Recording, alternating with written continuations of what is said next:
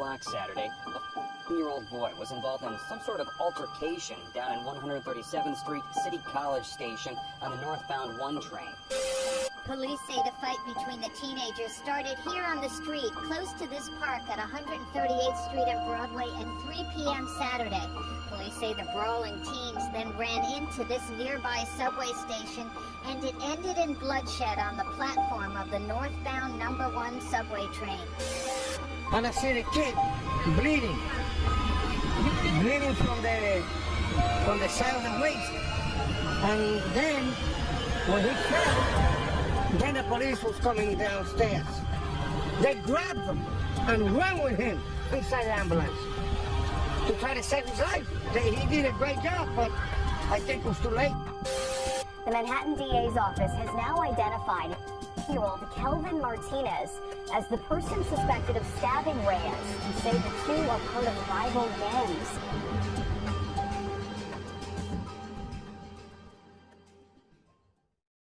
July 9th, 2022. An upcoming rapper by the name of Ethan Reyes, aka Notti Osama, was with his brother, Didi Osama. But that day wasn't simply a regular time spent together. It would be the very last time they would see each other alive, for Notti Osama would lose his life moments later. It was after midday. The clock was ticking after 2 p.m. Notti Osama and Didi Osama parted ways, thinking that just like any other day, they'd be reunited after going about their individual business.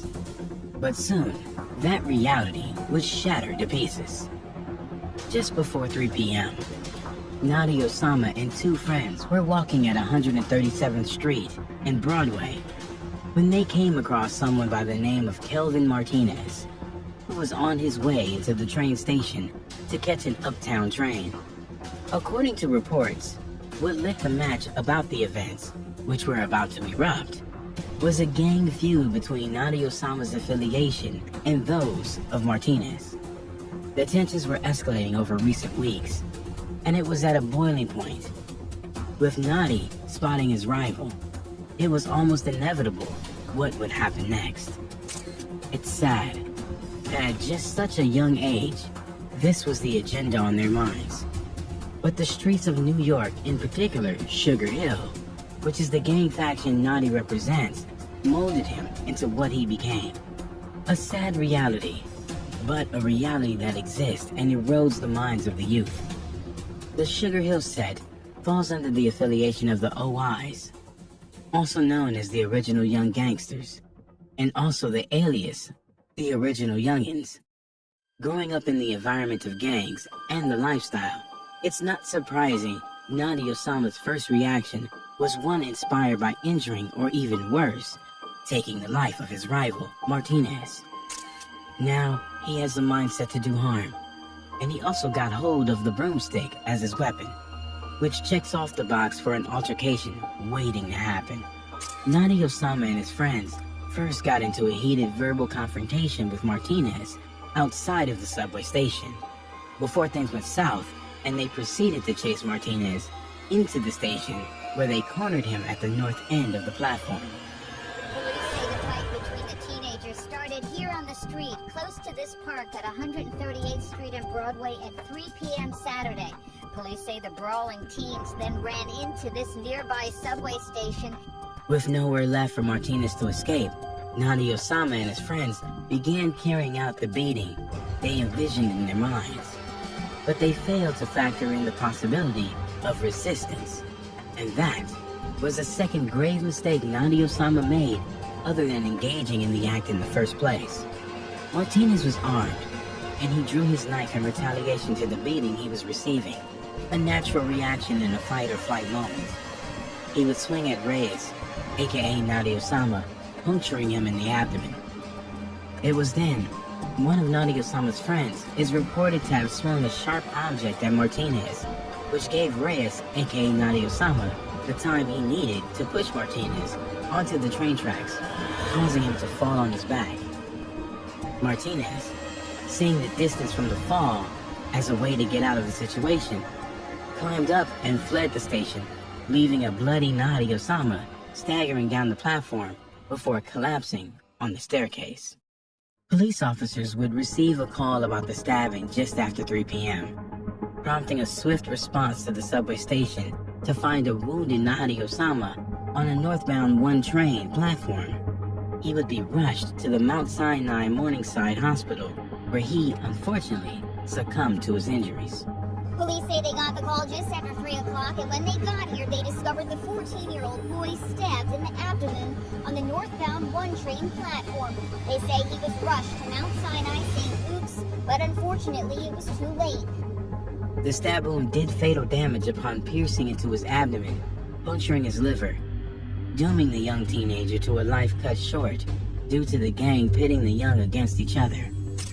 The police presence was immense, given the location of the hit and the busy surroundings. Not to mention it was basically broad daylight. The crime scene was cornered off, but that didn't stop concerned citizens from swarming to the location of the altercation. A press conference was held by law enforcement in quick succession to inform the public of their findings, to try and erase the fear of the suspect being on the loose. NYPD Transit Chief Jason Wilcox would state that they have surveillance footage that shows the incident clearly, and the suspect description is known and being searched for. MTA camera footage from that station provided clear images of individuals who were present at the time of the incident. Officers immediately began their search for the suspect, and one officer noticed something that fitted the description of Martinez on West 173rd Street in Broadway. With the assistance of Martinez's mother, officers were able to arrest him without any altercation. It was there they were better able to examine Martinez, but they found he had suffered injuries to his back and 2 puncture wounds to his left hip. He was treated at the hospital and also interviewed by NYPD detectives and DA investigators. That individual was stopped and taken into custody. At the time, he was bleeding from his back and abdomen and brought to an area hospital to be treated for wounds to his left hip area. 2 weapons, a knife and a broomstick wielded in the altercation, was found by law enforcement and seized as evidence for the case. Martinez was charged for the hit and criminal possession of a weapon. Good evening, Jessica. That 10-year-old suspect is being charged with and criminal possession of a weapon. New York City Mayor Eric Adams was coincidentally in the area promoting an event promoting public safety for children and teens when he caught wind of the tragedy that occurred. After which, he shared his thoughts to news reporters on the scene. New York City Mayor Eric Adams was briefed on the crime while incidentally attending an event promoting public safety for children and teens. And so being here today and hearing about the stabbing really highlights why we need the lights on in schools like this so children can have a safe space. He would then take to Twitter to try highlighting the situation plaguing the streets of New York, along with his meeting with the community to aid in finding a solution to the bloodshed. Didi Osama, Notti Osama's brother, would be devastated by his brother's passing and couldn't help but place the blame on himself for not being there to change the outcome. First, go to the block. He was calling me saying, yo, Notti got stabbed, blah. I said, what? Like, I was just with him. Yeah. Like, that's why I started, like, bro, shit, still thinking, like, what if I stayed? Like, if I just stayed only no time, he'll really be here today, no cap. They were finally gaining traction in the music industry, making a name for themselves in the next rappers up from the Bronx. The fame was right there, but the money and all that came with it meant nothing now that his brother was gone. I'm supposed to be able to grow. It's time with brother, so I don't feel good about it. Notti Osama's passing affected Didi Osama to the point where he stopped going to school. The vibe was just gone. I didn't go to into school after the situation with my brother and the school. Really? The two were inseparable. Didi Osama would release 2 songs dedicated to his slain little brother. The solo track, Letter to Notti, and a group track titled E4N. which meant everything for Notti. It featured their bro, J-Star Baller, along with other affiliates. From that point forward, Didi Osama, along with his loved ones of Notti, like Sugar Hill D-Dot, vowed to keep the legacy of Notti alive and always be the trio known as the Three Demons. Word to my dad, if my son Notti was here, we would have been the youngest, like we would have been, yo, we still the three demons.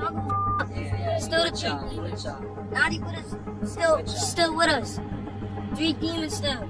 Notti Osama was well respected in Sugar Hill, even at his young age, and retaliation was guaranteed for anyone that chose to disrespect his passing or speak ill of his name.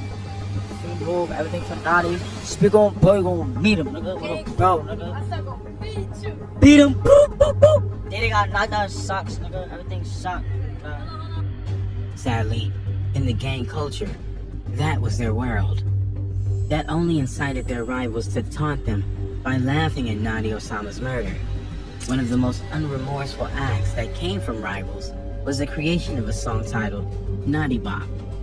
The track was recorded by Kyle Rich and featured other rappers by the names Tata and Jen Carter. The lyrics detailed the hit, but also came with a dance that imitated Notti being stabbed. To add insult to injury, it went viral. Social media giant TikTok tricking innocent civilians into mimicking the dance, not knowing it was disrespecting Notti Osama. From kids to teachers, NBA players to even the cops, everyone was playing the song and doing the dance. I gotta do it like this. Don't drop my shit. Notti bopping, punching my head. Like, come here, gotta do it like this. From the time of Notti's passing to the present, Didi Osama has taken it up a notch, carrying on his brother's legacy through his career and life. His song has earned him millions of views and streams on streaming platforms. Not to mention, he has achieved a milestone that would have sure made his brother Notti proud. Major labels like Sony have already been calling Didi Osama into meetings discussing millions to sign him to a record deal. Well, I think you posted a picture of you going to a record label like a couple of days ago. Yeah. Yeah. You know, so, what label was that? Sony? Okay. The most that can be wished for is that he stays out of the way and doesn't fall into the trap of the gang culture and simply focus on his music. The suspect, Martinez, had his charge reduced to first-degree manslaughter. His legal team argued Martinez acted in self-defense, as he claimed weeks prior to the altercation he was also assaulted by associates of Reyes, aka Notti Osama. October 2022, news broke that all criminal charges have been dropped in the case against Martinez. A spokeswoman for the Manhattan District Attorney's Office said that prosecutors were not confident they could disprove beyond a reasonable doubt that Martinez was defending himself when he used his knife against Reyes. The decision was based on factors that include witness interview and video surveillance, she said. Notti Osama had so much potential. His talent on the mic was undeniable, and everyone knew it, but the lifestyle caught up to him. And in that one moment of making a bad decision, he lost his bright future in the music industry. He was just a teen. But there are so many like him losing their lives without even having a chance to live. Hopefully, his passing doesn't only bring grief, but there's some positivity in the long run by other youths looking at his life and changing their paths down the road. Rest in peace, Notti Osama.